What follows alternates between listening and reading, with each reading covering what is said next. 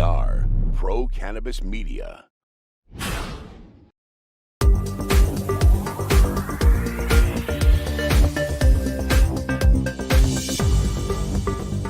Hi, everyone. Welcome again to another special edition of In the Weeds with Jimmy Young. Remember to please share, like, and subscribe to not just my podcast, my interviews, but all the programming on Pro Cannabis Media now that we are live streaming 24/7 on our Roku channel and our Apple channel and our website, Pro Cannabis Media. So happy to be interviewing this woman today again, because I met her 3 years ago in Jamaica as part of Kennex. Her name is Naimbe McIntosh, and you probably are familiar with her dad, Peter Tosh, who was an original member of the Wailers, who played reggae music for a long time with Bob Marley. So Naimbe, thank you so much, and it's great to see you again. It's a pleasure to see you as well. Thank you so much for having me. You know, one of the things when I look at your bio and your experiences in your life, one of the things that continuously emerges is the fact that you were a Boston school teacher for 10 years, 11 years. Am I right? That's right. I taught in Boston public schools for 10 years. I was teaching at New Mission High School as a math teacher and a special educator.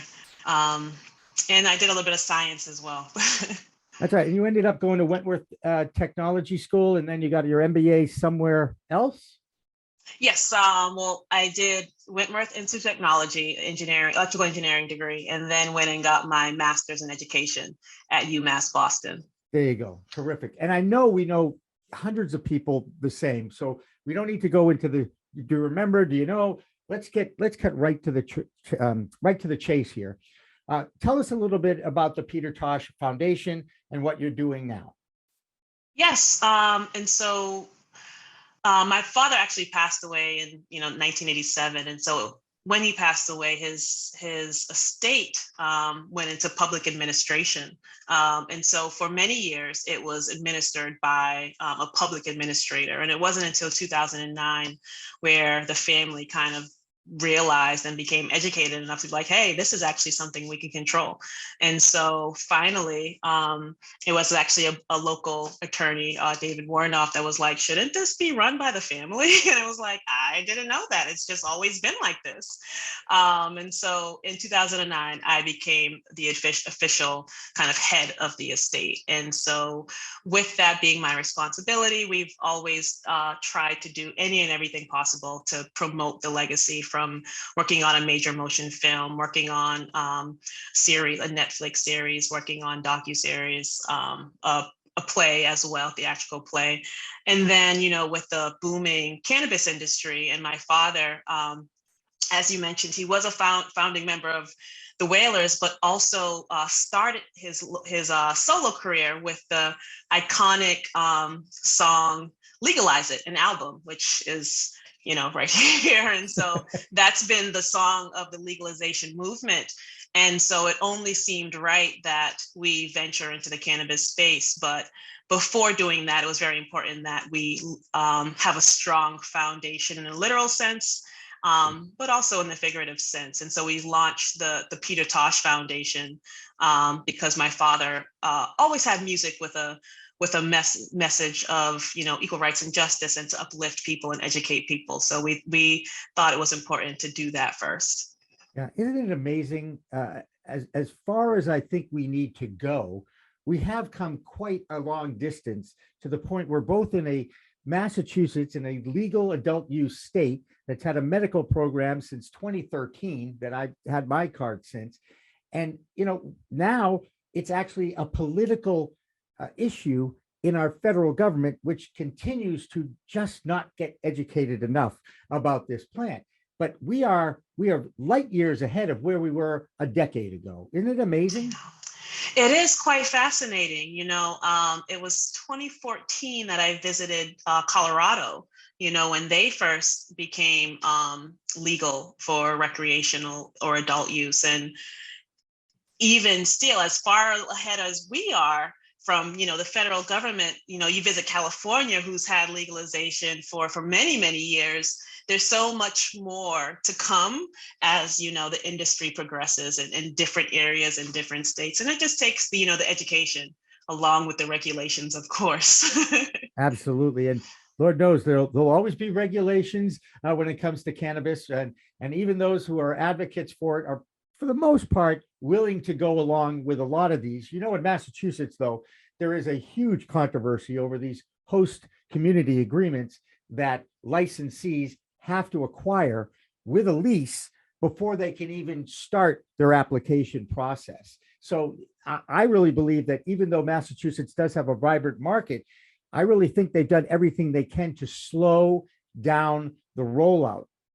And, I know people who own dispensaries, and it's been extremely frustrating for them. But, here we are, over 170 dispensaries in Massachusetts. There's grow facilities sprouting up everywhere, and it's a pretty vibrant industry. Yeah, I mean, I would agree that there's been a lot of growth. I know people kind of on the other end of the spectrum that have had those challenges with, those host community agreements.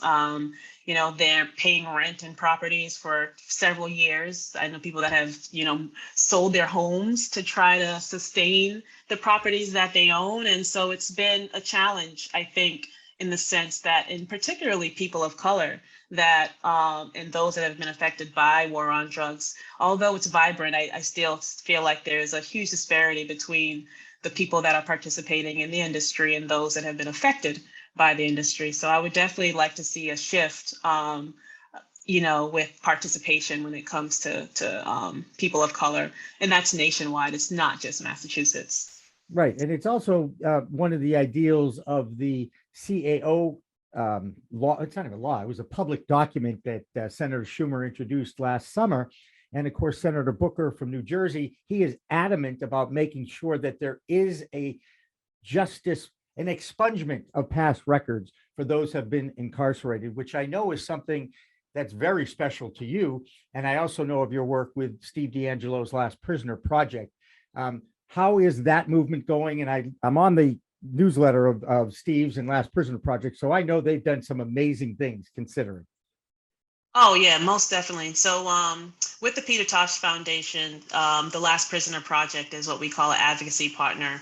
And they have allowed us to kind of share in some of our initiative, particularly the Justice for Jawara, and we can get into that a little bit more. But Last Prisoner Project has done amazing work with releasing cannabis prisoners from prison, supporting their families, creating grants to support the families of loved ones that are incarcerated. And they continue to be on the front lines with pushing forward with federal regulation as well as expungement, because one of the issues is that although some states are putting expungement into the regulations, what's missing is the automatic expungement, because unfortunately the burden ends up being on the ex-prisoner to go through all of this due process, which often they're ignorant of. And so a lot of times the expungement doesn't happen if it's not automatic. The burden really should be on the states to make sure that they take care of all of the individuals that they've wronged in the past. Absolutely. And I'm all for workforce development, because we don't want to just throw these people back into society without any skills or training and an opportunity to get hired either by the cannabis community or just the community at large. This is still a huge issue, isn't it? Oh, most definitely. You figure if you're incarcerated for, even a year, simple things like, getting your license, being able to find adequate and affordable housing. And then you're trying to apply for a job, but then if you don't have housing, how does, you don't even have any place to send mail. And so there's a lot of wraparound services that are needed for individuals that have been previously incarcerated. So there has to be a lot more support in that. And so you're absolutely right. Not only just, getting into the workforce, but simple things as, childcare when they start to be around their families and all the different other supports. But education is definitely a main focus and need. Absolutely. And it's something we believe in all the time here. We're constantly looking for new content that educates the public about this plant medicine that is being used so effectively, anecdotally, around the world, and has been for thousands of years. You mentioned your brother Jawara. Now, I know Yes. when we first met, you were involved with Justice for Jawara and that foundation. Unfortunately, since that time, he has passed. I know your story. Do you mind sharing that again with our audience? Not at all. So Jawara, who's Peter Tosh's, my dad's youngest son, was arrested for cannabis possession back in 2013 in New Jersey. It was Father's Day weekend, and we actually originally thought, or I thought it was just going to be something that kind of we put behind us as a family. But he ended up being held without a hearing for 3 months before actually us attending the hearing to find out that he was facing 20 years for cannabis possession. It was kind of mind blowing. Fortunately, he was able to make bail that year in 2013 in December. And then for 3 years, he went through pretrial motions, constantly being told that, this would be the best plea offer he'd get. So it would go down to 15 years, and then they'd like say, well, this is the best you'll get, you'll get the full 20, or then it will go down to 10 years. And, after a little while, and he'll have that kind of situation over his head where he was concerned about, you know, the legacy that New Jersey has. They actually have one of the highest mass incarceration rates in the country. And then trying to fight against that system. We are followers of Rastafari. He's a father of four. He's never been involved with the criminal justice system before. He's a musician, and he's also an activist. And so at that time, we were really torn. Do we really try to stand up for what we believe in, or do we risk him being taken out of his family's life and, taken out of our lives for possibly 20 years? And so in 2016, he did take a plea.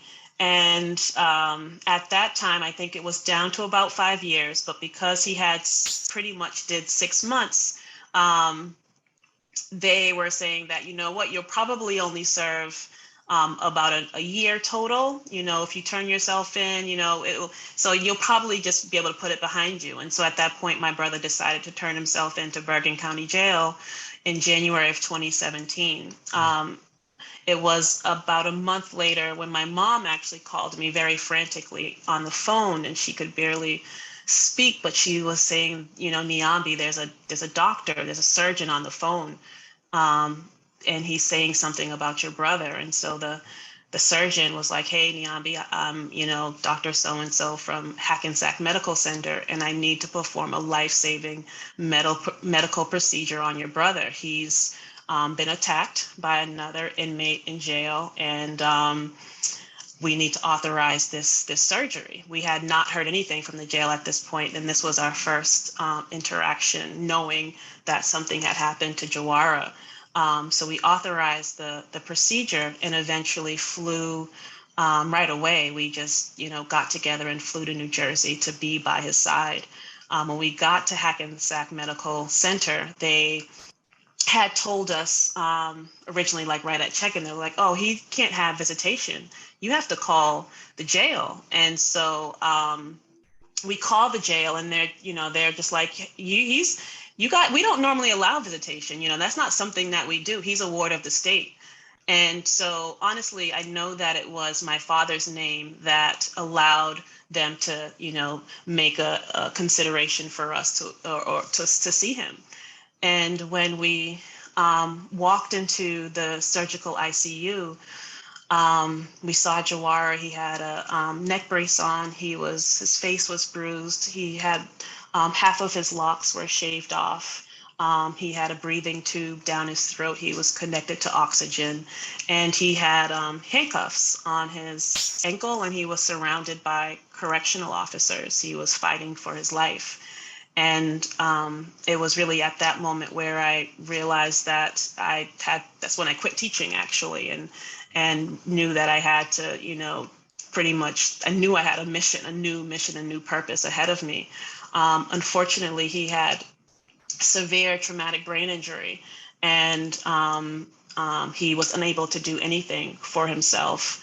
The simplest things, from communicate to eat. His body was trying to figure out how to just breathe at this point on its own. And He stayed in the ICU for 3 months before coming to Massachusetts and being in the hospital for a little bit over 500 days. We took him home and finally were able to care for him and provide 24-hour care. But unfortunately, in 2020, he had passed away from his injuries.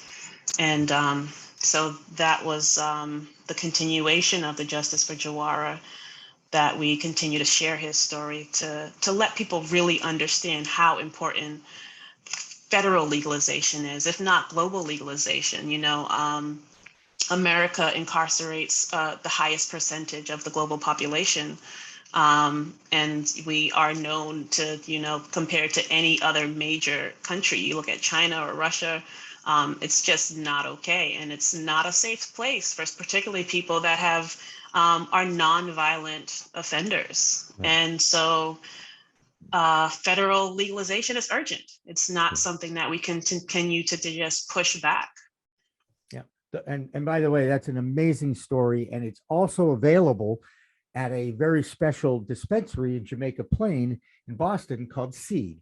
I actually, when they opened and I went in to do a little walking tour with April and the rest of them there, I saw your story in an actual jail cell in the middle of the dispensary. They have an amazing social justice museum and exhibit inside that dispensary.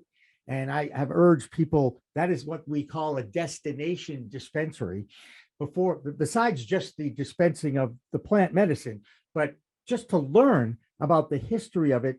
And I was amazed at the mural on the wall of all the former musicians who have had situations with the law where they were arrested or at least hassled, and there's documentation of that too. How did you get involved with Seed? April had reached out to me to be on her curating council. So Seed is the dispensary, but there's actually a nonprofit organization, which is the museum, called Core Social Justice Cannabis Museum. And so she asked me, along with some other amazing individuals, to participate in curating the museum and all of the exhibits. And the story was only fitting. Yeah, it's a great job. And again, I definitely urge people who happen to be listening to this, and if you are in the Massachusetts area or you visit, check that out. It's in JP. You can't miss it because it's literally in the middle of Jamaica Plain, and right in the center, right at the circle there. And it's a really, really nicely run dispensary. And of course, I'm pretty sure it's mostly female owned and operated. Am I right? Yes, it's mostly female. It's also minority, a huge percentage of minority owned and operated. April made a point to really try to do it right. And, I think she embodies, and Seed really embodies what the cannabis industry should look like, being inclusive of those that have been impacted by the war on drugs, and making sure that it's a diverse establishment. Yeah. Absolutely. And we encourage that as well. You talked about that story about your brother. And as you know, Last Prisoner Project is dedicated to get every prisoner in our jail system right now, our prison system right now, who has been arrested for cannabis out and get their records expunged. It's an incredible undertaking by Steve D'Angelo and his whole group there. But there's a bigger picture. And now that I've learned quite a bit about our prison system, punishment doesn't work. There has to be some kind of a different philosophy and thought process about what we can do for our prisoners, because it has worked. Reform has worked in other countries in the modern era. Okay, so I recognize that it's a privately run enterprise, and at the time, law enforcement, they love to profile the people of color so that they could hassle them and get their arrest records where they needed to be. They had to meet a certain quota of arrests or whatever it was. They filled up the jail with nonviolent drug offenders. And I was pissed off, to be honest with you, when I learned more and more about that.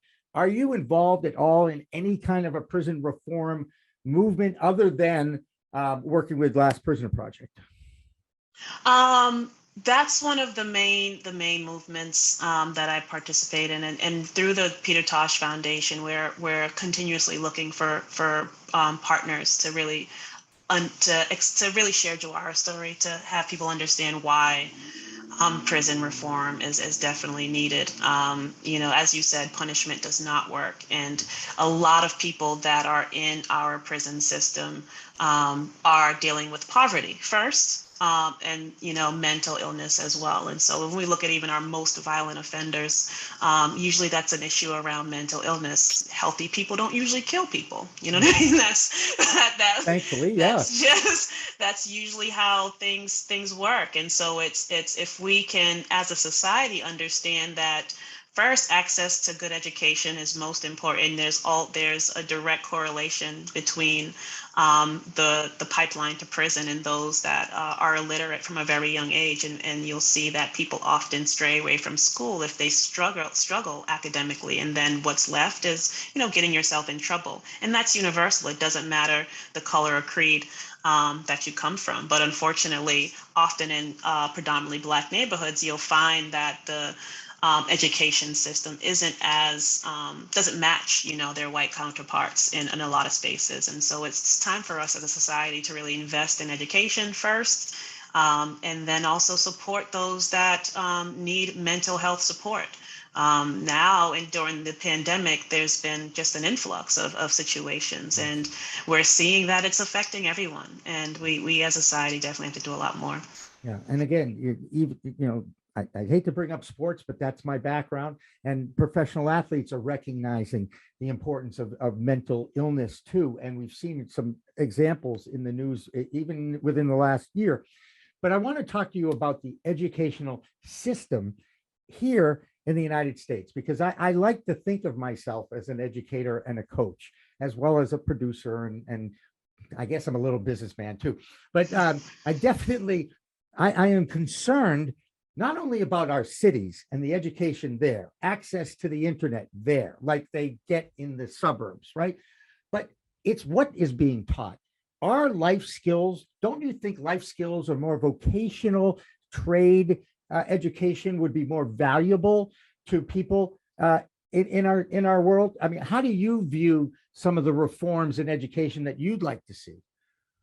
No, thanks for asking. I think that one of the things that are really important, and you mentioned trade, that's very important. Just general life skills, health and wellness is extremely important.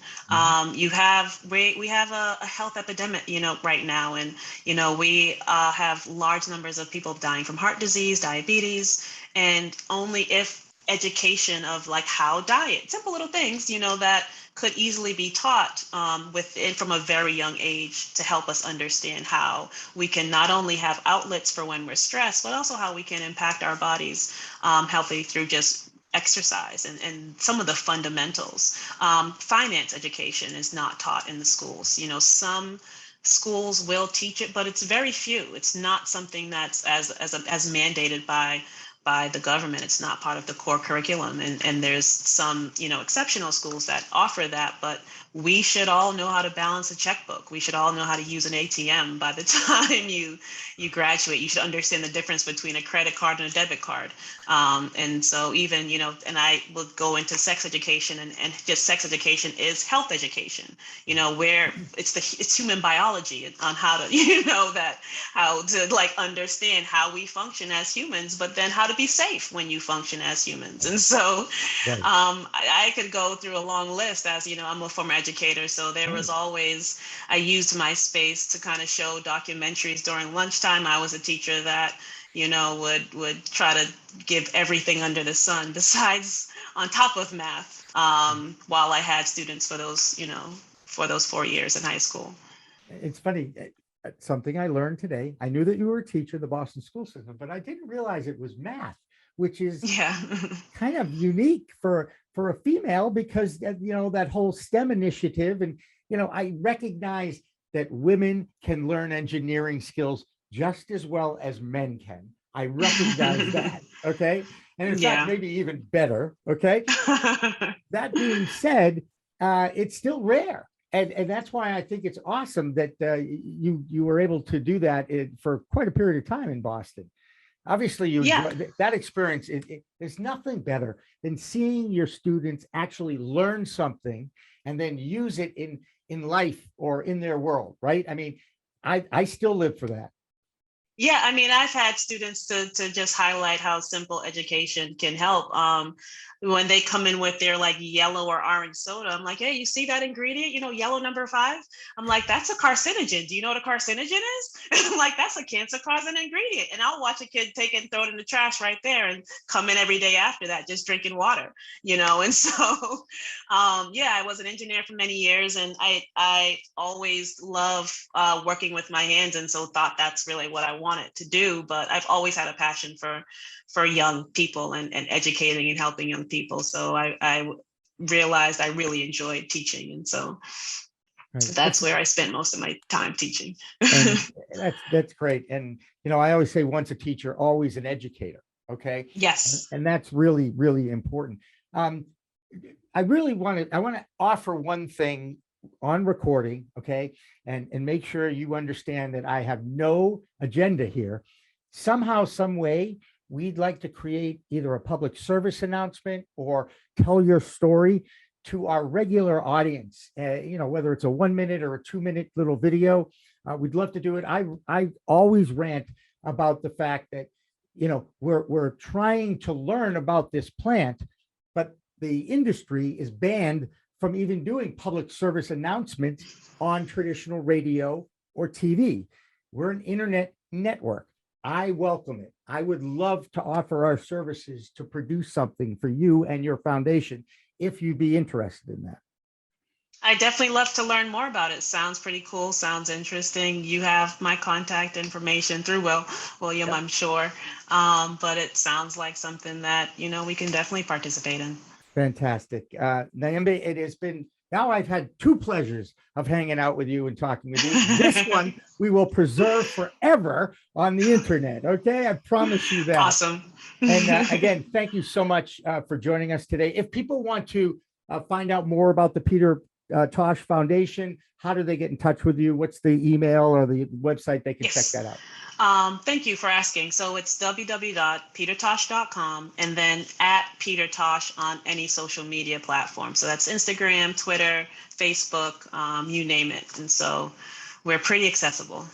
So I got to tell you, as we close here, I've loved reggae music and the Jamaican culture since I visited that country when I was 12 years old.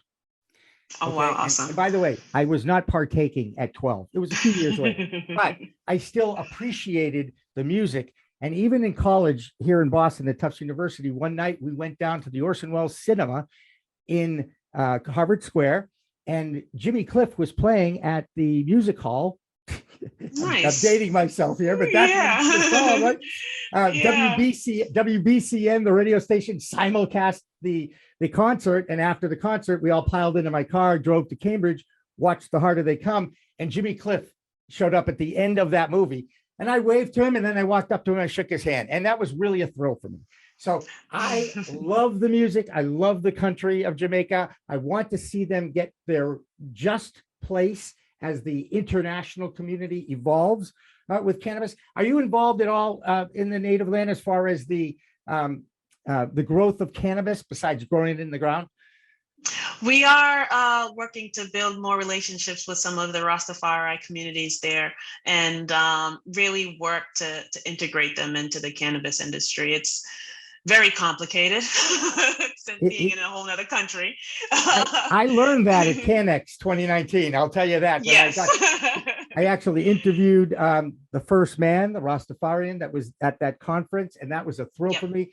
And he enlightened me about the religion and the role that the plant plays in their world. And that was fascinating for me. I loved it. And again, I'm going to wave the flag and offer again, please, we will get in touch with you. We will figure out a way to work together, because I share the love of life that is all about the plant, right? Awesome. Yes, definitely. There you go. Well, that'll do it for another edition of In the Weeds with Jimmy Young. I want to thank Naimbe McIntosh and also my staff at PCM for putting this out there. Remember to like, share, and subscribe. And always remember, it's a whole new world of weed out there, people. Let's use it responsibly. Thanks for watching. Thanks for listening. PCM TV is supported by Salient Systems, a world leader in video management security, and by Revolutionary Clinics, a medical dispensary where the patient comes first, and by Accounting Buds, your number one CPA specialist for the cannabis industry.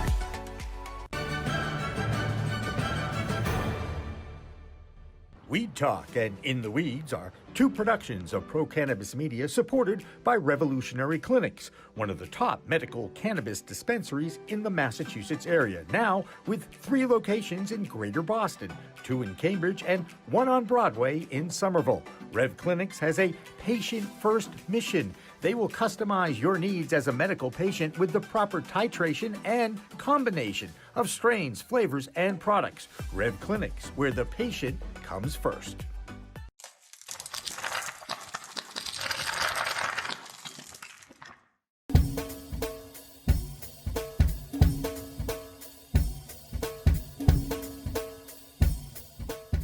Difference is building a solution for that individual, not just a custom, here's a box, here's a video, here's how you make your VMS. We custom design and custom build every situation for exactly what the customer needs. And we keep the cost low. We have multiple tiers, as far as what you're looking at on the cost side of things. If you want a one-time, where you just pay one initial cost, we have that. If you want to maintain your system and have the highest protection and highest capabilities and highest upgrades at all times, we have different plans for you. But we scale it so it's scalable and affordable 100%.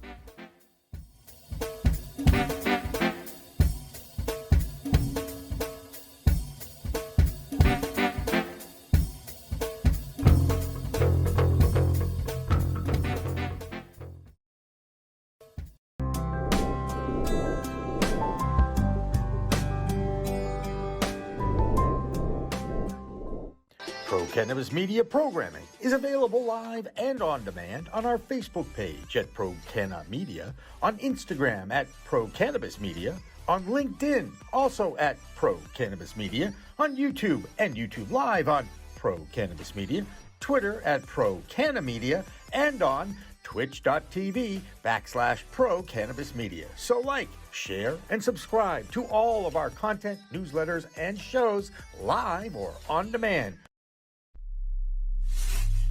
We are Pro Cannabis Media.